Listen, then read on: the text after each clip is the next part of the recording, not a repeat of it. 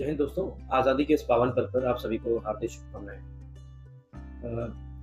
दोस्तों टाइम से ना मेरे मन में कुछ विचार चल रहे थे, तो मैंने सोचा आप के साथ शेयर करूँ। विचार में सबसे पहले तो मेरे मन में ये विचार हमेशा से आता है कि क्या हम वास्तव में आज़ाद हैं? तो बहुत सारे क्वेश्चन्स हैं दिमाग में, मैं आपके साथ आज शेयर करूँगा और थोड़ा-सा ना इस पे थोड़ा विचार करिएगा आप लोग भी कि क्या ये बातें सही हैं या आपके पास कोई सॉल्यूशन है इन सब चीज़ों का? तो मैं कह रहा था कि क्या हम वास्तव में आज़ाद हैं? तो अगर हम आज़ादी को समझना चाहें तो आज़ादी हमारे लिए है क्या? इससे पहले एक और चीज़ समझने योग्य है कि जैसे हम 1947 में हम मानते हैं कि हम आज़ाद हो गए, ठीक है? तो 1947 में हम आज़ाद हुए, तो दिमाग में आना चाहिए कि हम गुलाम थे क्यों? ऐसा क्या कारण थे जिनकी वजह से हम गुलाम हो गए? तो कहीं न कहीं और ये तो केवल जो अंग्रेज़ आए थे ब्रिटिश, उन लोगों की गुलामी की बात हो रही है, जो जिन मतलब उन लोगों ने जो हम लोगों को गुलाम किया, हमारे देश को गुलाम किया। उससे पहले भी बहुत सारे युद्ध और आक्रांता आए थे हमारे देश में। तुर्क आए थे, अफ़गानी आए थे। उन लोगों ने वो भी आए और उन्होंने भी हम लोगों को गुलाम बनाया। और भी बहुत सारे ऐसे देश थे जैसे वर्ल्ड वॉर जब चल रही थी उस टाइम पे जापान था, वो मतलब अंग्रेज़ी शासन है, उस टाइम पे भी जापान बीच में आके हम लोगों को मतलब ज़मीन का बहुत सारा हिस्सा हड़पने के चक्कर में। फिर बाद की भी अगर बात करें आज़ादी के बाद की भी, तो चीन आ गया, उसने बहुत सारा हमारा ज़मीन का हिस्सा हड़प लिया और हमने हड़पने दिया। तो ये सब कारण क्या है? इतने गुलामों वाली प्रवृत्ति है क्यों हमारे में? इनके क्या कारण हो सकते हैं? थोड़ा-सा विचार-विमर्श अगर किया जाए इस चीज़ पर तो वो करना भी चाहिए, ताकि हम लोगों को ना कुछ इन सब चीज़ों का कुछ पता तो चले। तो कहीं न कहीं हमें ये लगता है ना कि हमने जिन चीज़ों पर ध्यान देना चाहिए था, उन चीज़ों पर हमारे देशवासियों ने कभी ध्यान दिया ही नहीं। जिन चीज़ों पर बाकी जो देश हैं जिनको आज हम डेवलप्ड कंट्री बोलते हैं, उन्होंने उन चीज़ों पे ध्यान ना देके अपनी प्रगति पे ध्यान दिया कि कैसे हमारा देश डेवलप हो सकता है। डेवलप होने के लिए क्या-क्या संसाधनों की ज़रूरत पड़ती है, क्या-क्या नॉलेज, क्या टेक्नोलॉजीज़ की ज़रूरत पड़ती है जिससे कि हम विकसित राष्ट्र बन सकते हैं। उन्होंने उन चीज़ों पर पहले ही काम कर लिया और वो विकसित बने। लेकिन हम अगर हम देखें तो हम लोक धार्मिक देश बनकर रह गए। हम कहते ज़रूर हैं कि हम धार्मिक देश हैं, लेकिन धार्मिक ना होके हम लोक धार्मिक वर्ड ज़्यादा सटीक रहेगा हम लोगों को। लोक धार्मिक मतलब हमने जो खुद से जो धर्म बना लिए हैं, उन धर्मों का पालन करते रह गए बस हम कुंडली देखते रहे, हम चमत्कारों पे विश्वास करते रहे, है ना? जैसा जिसने बोल दिया, आज भी देख लो आप वीडियोज़ अगर आप यूट्यूब या इधर-उधर जो भी हमारे ऑनलाइन प्लेटफ़ॉर्म्स हैं, उन पर देखें तो जो बिल्कुल सेंसलेस वीडियोज़ हैं, उनको सबसे ज़्यादा व्यूज़ आपको देखने को मिल जाएँगे। तो यानी कि आज भी हमारी प्रवृत्ति फालतू चीज़ों में अपना टाइम इन्वेस्ट करने की है, ना कि सही चीज़ों में टाइम इन्वेस्ट करने की। सेम मतलब कि वो जो प्रवृत्ति है, एक मेंटल सेट जो है, वो वही चलता हुआ आ रहा है हज़ारों सालों से। पहले भी लोग हमें गुलाम करते थे, आज भी हम एक तरह से देखें तो गुलाम ही हैं। कोई ज़रूरी नहीं है ना, कोई बाहर का देश आएगा और हमें गुलाम बनाएगा तभी हम उस चीज़ को तभी हम ये बोलेंगे कि हम गुलाम हो गए। अगर हम इंडिविजुअली अपने आप को भी देखें, तो एक तरह से गुलामी नहीं है। आप अगर कहीं पर जॉब कर रहे हो या मैं कहीं पर जॉब कर रहा हूँ, अगर उस जॉब में आपको अननेसेसरीली प्रेशर दिया जा रहा है, अननेसेसरीली आपका हैरेसमेंट किया जा रहा है, आपका शोषण हो रहा है, सही सटीक वर्ड ये होगा, शोषण हो रहा है। किसी भी जगह पर, किसी भी जॉब में हो या कहीं पर भी हो सकता है, परिवार में भी हो, फिर भी हम उस शोषण को बर्दाश्त कर रहे हैं। क्या ये चीज़ें अगर हम देखें तो एक मनुष्य या कोई भी चेतना यानी कि कोई भी चाहे वो पशु-पक्षी हो या मनुष्य ही क्यों ना हो, अगर जन्म लेते हैं हम, तो क्या हमारी जो प्रवृत्ति होती है वो स्वतंत्रता की होती है या परतंत्रता की होती है? हम पैदा तो स्वतंत्र ही होते हैं ना, या भगवान हमें जो पैदा करते हैं, तो वो परतंत्र थोड़ी करते हैं किसी की कब्ज़े में, वो तो एक स्वतंत्र चेतना होती है। हम जो है एक स्वतंत्र चेतना है ना? तो परतंत्र तो बनाया जाता है, अगर कोई जानवर भी है, वो जब पैदा हुआ तो वो तो स्वतंत्र हुआ, लेकिन किसी ने या कहें तो हमने उसको परतंत्र बना दिया, है ना? कोई एक मान लो कोई भी किसी भी आप जानवर का को सोच सकते हैं। आपने एक चिड़िया, एक बर्ड है, उसने जन्म लिया, आपने उसे पिंजरे में डाल दिया, तो जन्म तो उसने आज़ाद ही लिया था ना, लेकिन जब पिंजरे में चली गई वो, तो वो परतंत्र हो गई। ऐसा ही होता है ना? तो हम हमारी अंदर से जो हमें दिए गए हैं, जो हमारी चेतना है, वो तो हमेशा स्वतंत्र रहने की है। पर कौन है हमारे अंदर या कौन हमें सिखाता है कि परतंत्र हो जाओ? हमारे दिमागों में कौन कैसे बैठ गई ये चीज़ कि अगर हमारा शोषण भी हो रहा है तो सहन करते रहो, सहन शक्ति, इतनी सहनशीलता क्यों आ जाती है हमारे दिमागों में कि हम किसी भी हद तक चले जाते हैं? तो ये सोचने लायक चीज़ें हैं, विचार करिएगा इस चीज़ पे। दूसरी चीज़ जो ये मैंने अभी बोला आपको, लोक धर्म। तो ये लोक धर्म मतलब जो हमें धर्म पढ़ा दिए गए हैं, धर्म है नहीं वो वास्तविक। वास्तविक धर्म नहीं है वो, लोक धर्म। लोगों ने समाज से, अपने परिवारों से वो धर्म सीख लिए हैं। उन धर्मों का हम पालन करते रहे और बस इसीलिए आज तक हम विकसित नहीं हो पाए, जो मुझे मेरी फीलिंग्स और गट फीलिंग बोलती है। हमने बाकी जो अगर देश हैं, उन देशों की अगर हम बात करें जो डेवलप्ड कंट्रीज़ हैं, उन्होंने क्या किया? उन्होंने यूनिवर्सिटीज़ बनाई अपने देशों में। आज हमारे देशों में जो यूनिवर्सिटीज़ हैं, उनकी तुलना क्या हम वर्ल्ड क्लास यूनिवर्सिटीज़ से कर सकते हैं? है ना? क्या आईआईटीज़ के बाद कभी कोई ऐसी शिक्षण संस्थान हमारे इंडिया में डेवलप हुए जिनको हम विश्व स्तर का संस्थान मान सकते हैं? नहीं ना। क्यों? क्यों नहीं हुए? सोचने, विचार करने योग्य बात नहीं है क्या ये? ये यूनिवर्सिटी क्यों नहीं बनाई गई? हमारा जो जनता का पैसा है सरकारों द्वारा, वो कहाँ जाता रहा? क्या हम सड़कें बनाने में या इधर-उधर और जो भी खर्चे होते हैं, उनमें अपना सारा धन इन्वेस्ट करने को ही हम प्रगति बोलते हैं, प्रोग्रेस बोलते हैं या डेवलपमेंट बोलते हैं? नहीं ना। अगर यही पैसा अगर हमारे शिक्षण संस्थानों पर लगे और हमें जो हमारी मूल बेसिक रिक्वायरमेंट्स हैं, वो क्या है? वो है एजुकेशन। एजुकेशन सिस्टम पे आज भी अगर हम बात करें तो हमारी एजुकेशन सिस्टम कोई भी एक अच्छा स्तर नहीं माना जाएगा इंडिया का, है ना? अगर मेरे को एक चीज़ याद आई, एक मैकॉले एक था, तो उसने एक मतलब एक तरह से कुछ व्यंग्यात्मक तरीके से एक चीज़ बोली थी, मैंने कहीं पे पढ़ा था वो। उसने बोला था कि जो इंडिया में, जो भारत में जिस तरीके की नॉलेज लोगों को है, वो उस तरीके की नॉलेज तो मेरे देश में जो बोर्डिंग स्कूल्स में गर्ल्स पढ़ती हैं ना, छोटे बच्चे जो पढ़ते हैं, उनको इनसे ज़्यादा नॉलेज है। तो ये व्यंग उसने क्यों किया? सोच के देखो आप। क्योंकि हम लोग तो बस अपनी जन्म पत्री बनाने में लगे रहे ना, जन्म पत्री, कुंडली, इन चीज़ों में लगे रहे, बाबाओं के चमत्कारों में लगे रहे। बाबा ने जैसे कह दिया, बेटा ये वाला यज्ञ कर ले, वर्षा हो जाएगी। ये धागा यहाँ पे बांध ले तो तेरे संतान प्राप्ति हो जाएगी। ये धागे को उस पीपल के वृक्ष पे 7 बार राउंड लगा दे तो ये हो जाएगा। इन चीज़ों में लगे रहे। हमने कभी अपने आप को समझा ही नहीं, हमने अपने वास्तविक धर्म को समझा ही नहीं।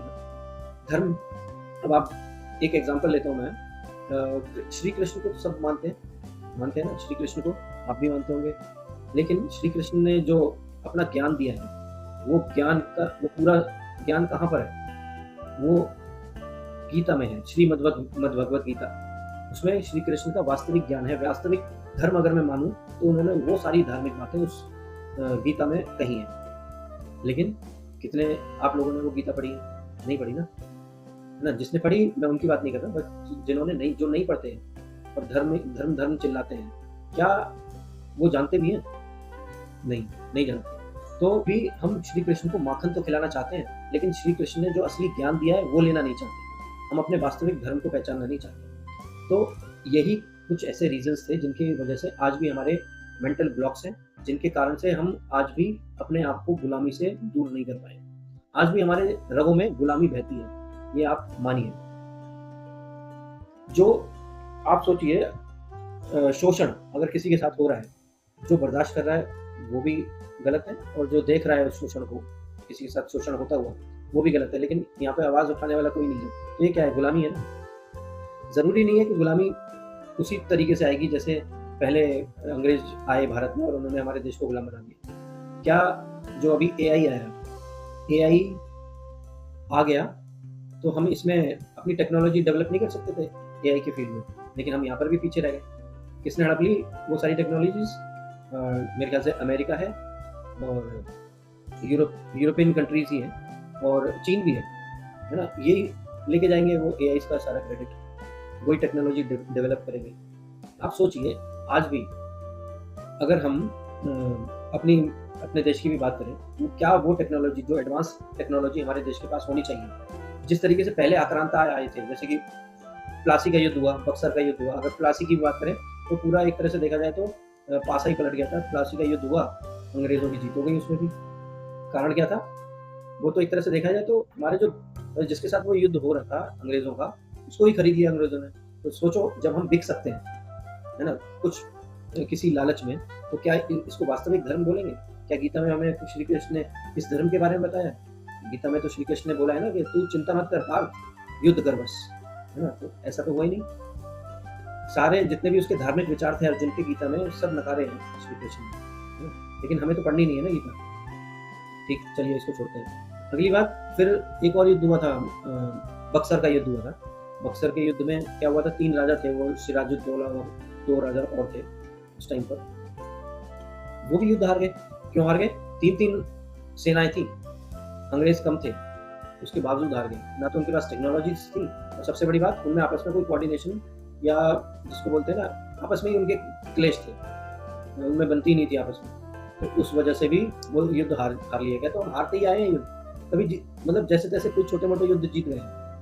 ठीक है, ये आज़ादी भी अगर हम देखें तो हम लोगों को तो फ्री की आज़ादी मिल गई एक तरह से, हम देखा जाए तो। हमारी जो जनरेशन और हमसे पहले वाली जो जनरेशन हैं, उनको फ्री की आज़ादी मिल गई ना। आप सोचिए, जब 1947 में आज़ादी मिली थी, उस टाइम पर, तो उसके बाद जिन्होंने जन्म लिया वो एक तरह से फ्री की आज़ादी मिली ना। उन्हें तो पता ही नहीं कैसे मिली आज़ादी, किन किन लोगों ने अपने प्राण गंवा दिए, क्या क्या हुआ, कुछ नहीं। हम यानी कि 15 अगस्त को आज़ादी के दिन झंडा फहराएंगे, उन लोगों को शत-शत नमन करेंगे, उनको सम्मान देंगे, पूजेंगे जो फ्रीडम फाइटर्स थे। क्या हम उन लोगों को अगर हम सम्मान देना चाहते हैं तो हमें उन लोगों के जो विचार थे, जिस तरीके का जीवन वो जीते थे, जो उनके धर्म थे, उनको नहीं अपनाना चाहिए। उनकी जो बातें हैं, जो वो चाहते थे कि हम लोग करें, क्या हम करते हैं वो उन चीज़ों का पालन? बस केवल तिरंगा लहरा दिया या उस दिन देशभक्ति गीत चला दिए, क्या ये देशभक्ति है? देशभक्ति तो ये भी नहीं कहती कि आप सड़क पर थूक दो, ये भी नहीं कहती। क्या ये हमारी भारत माँ का अपमान नहीं है? क्या हम कहीं पर भी गंदगी फैला रहे हैं? अपने भगवानों को पीपल के नीचे, आपने भी देखे होंगे, भगवानों को वहाँ पर छोड़ दिया जाता है ना? जो कबाड़ है, कबाड़ मान के उनको वहाँ पर रख दिया जाता है राम भरोसे। क्या ये ठीक है? क्या ये हमारा धर्म है?